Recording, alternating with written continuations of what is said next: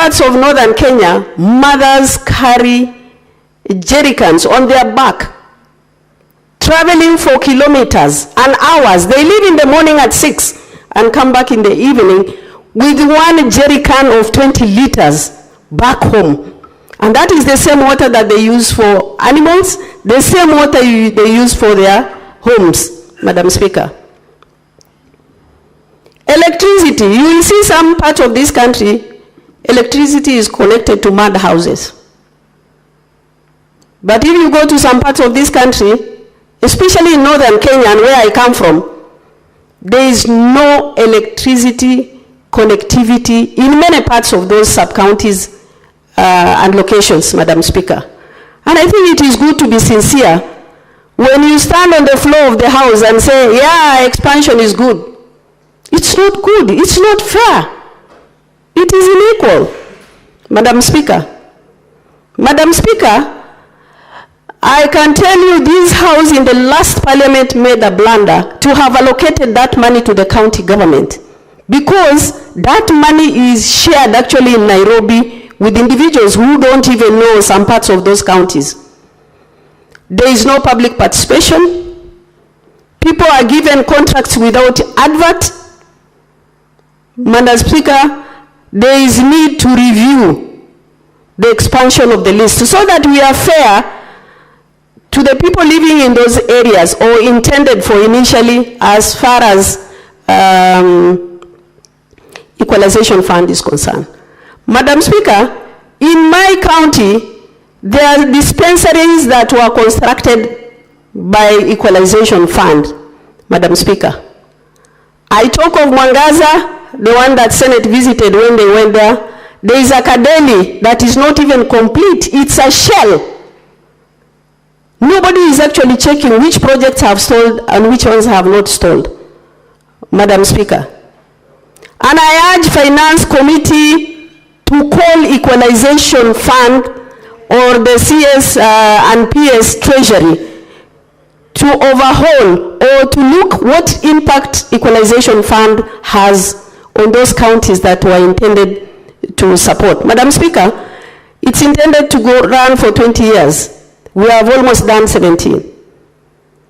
There is no impact, zero impact as far as Equalisation Fund is concerned, Madam Speaker. Madam Speaker, I believe devolution has assisted in one way or the other. But you can say because devolution is there, we should forget what the intention of equalization is. Having said that, Madam Speaker, I urge Senate Committee of Finance to review the impact of Equalisation Fund in this country. Finally, Madam Speaker, I wish to pass a message of condolences to the 5 people who were killed last night in Isiolo, because there are 4 families that they were tortured to death, and one other person who was tortured to death in Isiolo County. Madam Speaker, I talked about insecurity in Isiolo the last time we had impeachment of the governor. Today, there are 2 speakers fighting in the assembly of Isiolo. Where is the law? Where is the country? And I urge you need to do something about insecurity in Isiolo. And I have discussed with CS Interior and PS Interior as far as County Commissioner Isiolo is concerned. That County Commissioner has stayed there for 8 years. And there's so much insecurity. He's doing nothing. He must be removed. If the government does not remove him, then the will of the people will apply. I thank you. Thank you, Senator Dulo. Senator Madago Jackson. Thank you very much, Madam Speaker. Madam Speaker, I rise to support the Equalisation Fund allocation bill, Madam Speaker. Madam Speaker, Equalisation Fund, as was set up, was actually meant to bring the areas that were marginalized, Madam Speaker, to what the Constitution describes as general levels where the whole country is, Madam Speaker. Madam Speaker, even as we look at the current Equalization Fund allocation that we are discussing today, Madam Speaker, one of the key concerns that we should ask ourselves as a Senate is why is it that in the same counties, the same challenges that were there before devolution are still the same challenges we are experiencing in those counties, Madam Speaker. Madam Speaker, the Equalization Fund was meant to address 4 sectors: health, water, roads, and electricity. Of key concern to me, Madam Speaker, is the issues of health and water. In terms of health, Madam Speaker, the Equalization Fund that has been set, and I'm very particular with the counties that have been mentioned, including the county of Senator Dulo, Madam Speaker, is that this money should actually be released and made sure that those facilities that have stood there incomplete for the last 3, 4, 5 years are actually completed with the money that has been allocated. Madam Speaker, Isiolo County is going to receive over 270 million. How I wish that the governor for Isiolo, the man who escaped by a whisker, the Caesars of this house, would actually use the opportunity that he has to redeem himself by utilizing this money and completing those hospitals, Madam Speaker. Madam Speaker, it is also a big concern. When we talk of water in these counties, Madam Speaker, yes, there is scarcity of water, but at the same time, in the rainy seasons, Madam Speaker, you will hear there are floods, roads have been washed away, there is no water.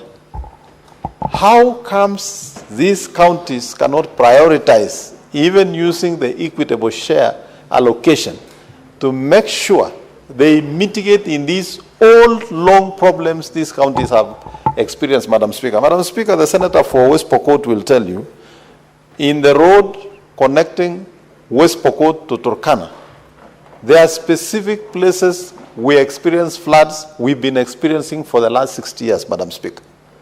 I don't understand why dams have not been constructed upstream to harvest that water, considering the allocation that those counties have also been given, Madam Speaker.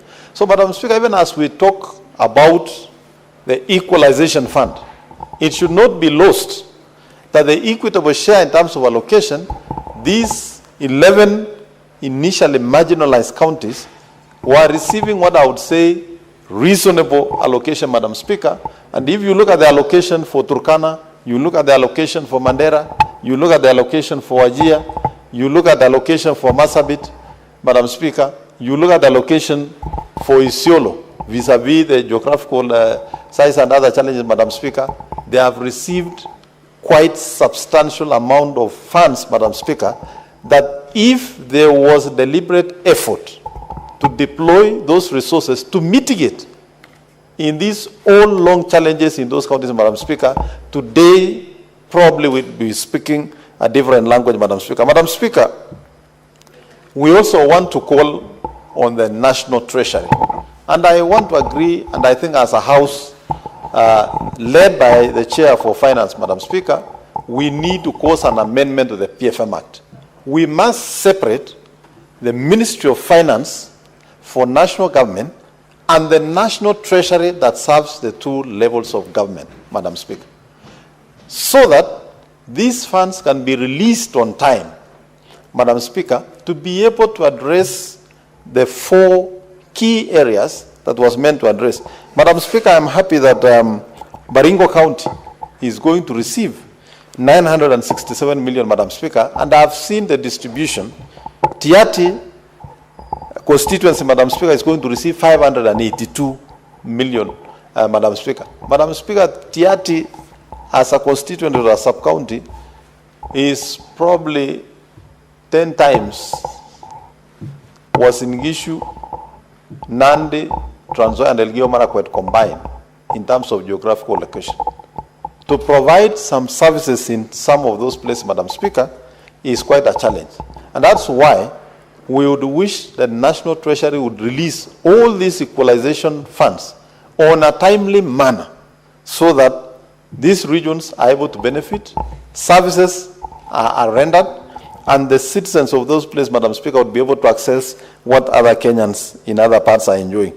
Madam Speaker, I wish to implore our governors from this marginalized region, having visited as a committee for health, Madam Speaker, a number of facilities in those counties, Madam Speaker, that even as we send the equalization funds, Madam Speaker, there is need for the leaders in those counties to actually be concerned about the welfare of their people, Madam Speaker.